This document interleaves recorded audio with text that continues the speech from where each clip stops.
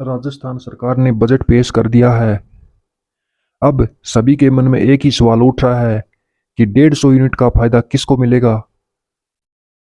वित्त मंत्री दिया कुमारी ने दूसरा पूर्ण बजट पेश करने के बाद सबसे बड़ा सवाल यही उठता है। इसमें आम आदमी की भाषा में समझते हैं, आम आदमी के जीवन में सबसे प्रिय भोजन और उसका स्वाद टेस्ट होता है। अगर टेस्ट की बात करें तो 5 प्रमुख स्वाद हैं। इस बजट में भी यही 5 स्वाद मीठा, तीखा, खट्टा, नमकीन और कड़वा शामिल हैं। इस बजट में सभी वर्गों और सभी मुद्दों को छूने का प्रयास दिखा, लेकिन इन घोषणाओं में राज्य का कर्ज भार बढ़ गया है। हालांकि वित्त मंत्री ने कुछ जगहों पर राजनीतिक चतुराई का परिचय देते हुए कुछ घोषणाओं को खट्टा नमकीन भी बना दिया है, जैसे 100 यूनिट फ्री बिजली को बढ़ाकर 150 यूनिट करना है।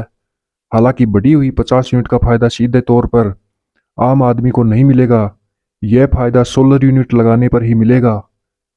जो लोग सोलर यूनिट लगाएंगे, जो पहले लगा चुके हैं और जो आगे लगाएंगे, उन्हीं को 150 यूनिट बिजली फ्री का फायदा मिलेगा, बाकी को 100 यूनिट का ही फायदा मिलता रहेगा। हालांकि इसमें भी गाइडलाइन का इंतजार है। राजस्थान में अभी करीब 28,000 घर ही पीएम सूर्य घर योजना में शामिल हैं, जबकि राज्य सरकार ने 5 लाख का टारगेट लिया है। बजट में शहर और गांव दोनों पर फोकस किया गया। युवाओं और बुजुर्गों और किसानों के लिए बड़ी घोषणाएं की। दिव्यांगों और महिलाओं को बहुत कुछ मिला। शहरी विकास मिशन से शहरों को साधा गया। ग्रामीण इलाकों में सड़कों के विस्तार और हैंडपंप और ट्यूबवेल तालाब से गांवों को रिझाने की कोशिश है।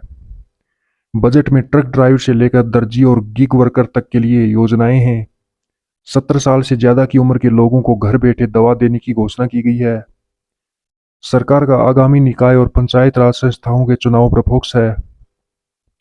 नवंबर तक राज्य के सभी निकायों के चुनाव होने हैं। इसके बाद पंचायती राज संस्थाओं के चुनाव होने हैं। ऐसे में जयपुर में मेट्रो का विस्तार हो, या गोविंद देव जी मंदिर में एक साल धार्मिक आयोजन, या जोधपुर कोटा से जुड़ी घोषणाएं, सभी में चुनाव की झलक दिखती है, जो अभी नजर नहीं आ रही है। जब इन पर काम होगा तो इन्हें साफ तौर पर नजर आने लगेगा। एक लेखा अनुदान और 2 पूर्ण बजट, जिसमें जिस तरह के लोक लुभावना घोषणा की है, शहरों और गांवों पर फोकस किया है, इसका चुनाव में फायदा लेने की कोशिश की जाएगी। बजट में आमजन के लिए भी राहत की बात यह है कि सरकार ने फ्री बीज की स्कीमों को घटाया नहीं है, बल्कि बढ़ाया ही है। ऐसे में सबसे बड़ा सवाल यह है कि आखिर पैसा कहां से आएगा, क्योंकि सरकार पर कर्ज लगातार बढ़ता जा रहा है। यह करीब 6.5 लाख करोड़ होने जा रहा है। ऐसे विकास के लिए सिर्फ कर्ज ही रास्ता है। राज्य का कर्ज राज्य का कृषि बजट अलग से पेश किया गया है। कृषि का आधा हिस्सा पशुपालन है। बजट में इसे लेकर भी कई बड़ी घोषणाएं नहीं हैं। रेगिस्तान का जहाज ऊंट लगातार विलुप्त होता जा रहा है, लेकिन इसको बचाए रखने की कोई रणनीति नजर नहीं आती। भजनलाल सरकार बनने के बाद ओरण और गोचर भूमि की चर्चा हमेशा से होती रही है, लेकिन बजट इसको लेकर मौन है, शांत है। राजस्थान पर कर्ज का भार बढ़ेगा। आने वाले समय में फ्री बीज की स्कीमों पर संकट आ सकता है। दूसरा, जिस तरह से निःशुल्क बिजली स्कीम में सोलर को जोड़ा गया है, भविष्य में बिजली के 100 फ्री यूनिट पर भी इसका असर दिख सकता है। क्योंकि सोलर पर इसलिए जोर दिया गया है क्योंकि लोग ज़्यादा से ज़्यादा सोलर बिजली यूज करेंगे तो बिजली स्वतः ही बच जाएगी। इसलिए सोलर पे ज़्यादा ध्यान दिया जा रहा है सरकार की तरफ से। पेट्रोल डीजल पर वेट घटाने की उम्मीद थी, लेकिन इस बार इस पर भी कोई बदलाव नहीं किया गया। खेल विभाग के लिए पिछले बजट में स्पोर्ट्स यूनिवर्सिटी और कई एकेडमियों खोलने की घोषणा की गई थी। उनमें से ज्यादातर धरातल पर नहीं उतर पाई। इस बार खेल विभाग के लिए बड़ी घोषणाएं नहीं की गई, जबकि प्रदेश में युवाओं की आबादी ज्यादा है। ग्रामीण विकास विभाग में ज्यादा घोषणाएं नहीं हुई हैं। यह बड़ा मंत्रालय माना जाता है। अजमेर, बीकानेर जैसे शहरों को लेकर कोई बड़ी घोषणा नहीं हुई है। राजस्थान बाकी प्रदेशों की तुलना में कुछ पिछड़ा माना जाता है। इस बजट में कोई ऐसी घोषणा नहीं है जो स्टेट की रैंकिंग सुधारने में मदद करे। पूरा बजट लोक लुभावना घोषणाओं पर केंद्रित है। दूसरा, फ्री बीज की स्कीमों से घाटे को सिर्फ कर्ज से पूरा किया जाना है। ऐसे में विकास के लिए कर्ज लेना होगा और आम आदमी पर यह बोझ बढ़ता ही जाता है। फ्री बीज स्कीम में ज्यादातर पैसा खर्च होने के कारण सरकार विकास से जुड़े ऐसे आउट ऑफ बॉक्स फैसले नहीं ले पाएगी जो भविष्य की जरूरत के हिसाब से जरूरी हैं।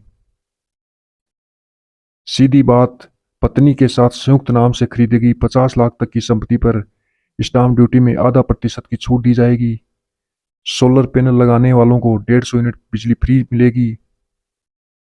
परिवार के सदस्यों के पक्ष में पावर ऑफ अटॉर्नी पर स्टाम्प ड्यूटी में छूट का लाभ माता पिता, भाई बहन और बेटा बेटी, पोता पोती, पति पत्नी के साथ साथ पुत्र वधू, नाती और नातिन को भी दिया जाएगा। राजीविका मिशन की 20 लाख महिलाओं को 2.5% की जगह 1.5% ब्याज पर 1 लाख रुपए तक को लोन मिलेगा। आंगनबाड़ी केंद्रों में बच्चों को 3 की जगह 5 दिन दूध दिया जाएगा। 2 लाख परिवारों को नए पट्टे दिए जाएंगे। 25,000 घुमंतु परिवारों को पट्टे दिए जाएंगे, उनको बसाया जाएगा। आंगनबाड़ी केंद्रों पर गर्भवती महिलाओं को अंतिम 5 महीनों के लिए मुख्यमंत्री सुपोषण किट योजना लागू की जाएगी। 1,25,000 पदों पर सरकारी नौकरी की घोषणा। प्राइवेट सेक्टर में 1.5 लाख नौकरियों का वादा। बुजुर्ग, दिव्यांग, कमजोर आय वाले बुजुर्ग विधवा की पेंशन 1,250 रुपये होगी। पीएम किसान सम्मान निधि बढ़ाकर 9,000 रुपये करने की घोषणा। अभी 8,000 रुपये मिलते थे। गेहूं के एमएसपी पर प्रति क्विंटल 150 रुपये बोनस की घोषणा। 70 साल से ज्यादा उम्र के बुजुर्गों को घर बैठे फ्री दवाई की सुविधा उपलब्ध कराई जाएगी। ये मुख्य बातें थी बजट की। आपको कैसे लगी? यदि इन पे अच्छी लगी हो तो कमेंट में जरूर राय दें, और ऐसे ही जानकारी से अपडेट रहने के लिए चैनल को ज़्यादा से ज़्यादा लाइक करें, चैनल को सब्सक्राइब करें। धन्यवाद।